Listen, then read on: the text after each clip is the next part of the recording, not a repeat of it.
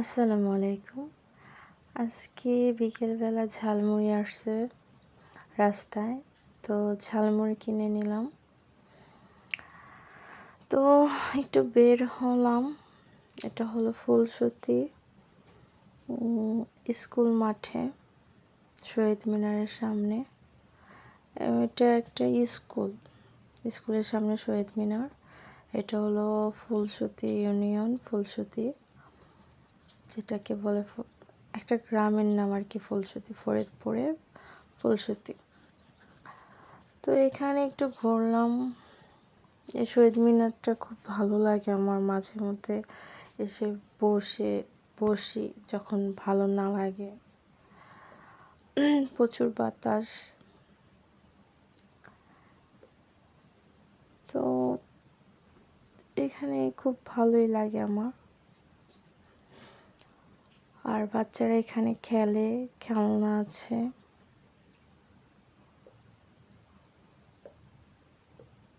এটা হলো primary school. তো আজকে ভাবলাম বাসায় যে একটু মিষ্টি বানাবো, তাই পাউরুটি নিলাম। গোল পাউরুটিটা নিয়েছি, ওই পিস পিস করা ওটা নাই বাজারে, ফুলসতী বাজারে নাই, তাই কিনতে পারিনি।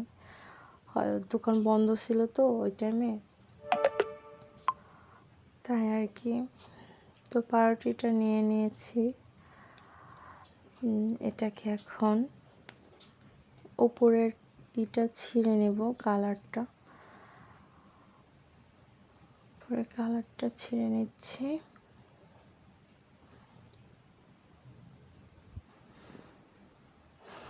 সুন্দর করে ছিঁড়ে নিয়ে এটাকে ভাঁজ করে দেন এটাকে চেপে দেব। চাইলে আপনারা হালকা পানি দিয়ে চেপে দিতে পারেন। এবার এটাকে সুন্দর করে কেটে নিয়েছি সমান করে। এবার লিকুইড দুধ নিয়েছি, দুধটা খুব সুন্দর করে জাল দিয়ে দেন চিনি দিয়ে দেব দুধের ভিতর, আর একটা তেজপাতা। চিনি পরিমাণ মতো দেবেন, যে যেরকম খান মিষ্টি, কেউ কম খান কেউ বেশি খান, যার যেটা ভালো লাগে যেভাবে। তারপরে এই পাউরুটিটা এই দুধের ভিতর দিয়ে দিব চিনিটা গলে গেলে। একে একে পাউরুটিগুলো দিয়ে দিলাম।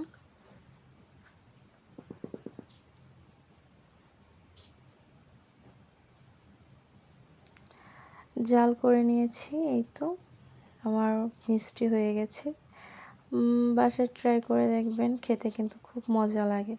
দোকানে কিনে খাওয়ার বদলে যতটুকু পারবেন বাসায় সব কিছু তৈরি করে খেতে, তাহলে স্বাস্থ্যের পক্ষে কিন্তু খুব ভালো হবে।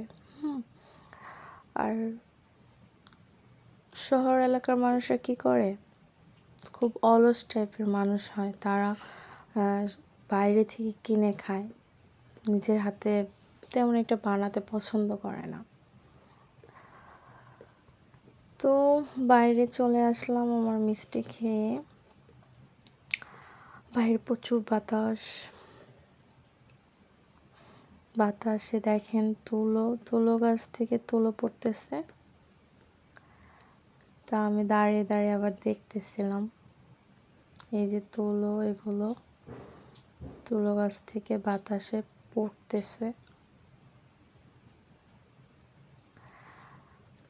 তুলো আরও ছিল, তখন হয়তো ভালোভাবে বুঝতে পারতেন, ভালোভাবে দেখাতে পারতাম, কিন্তু এখন মানে তারা পেরে নিয়ে গেছে, তুলোগুলো নিয়ে গেছে।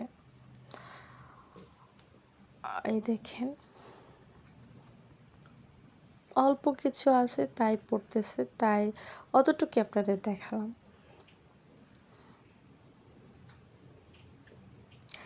গ্রামের এই প্রকৃতিরগুলো না খুব ভালো লাগে। বাতাস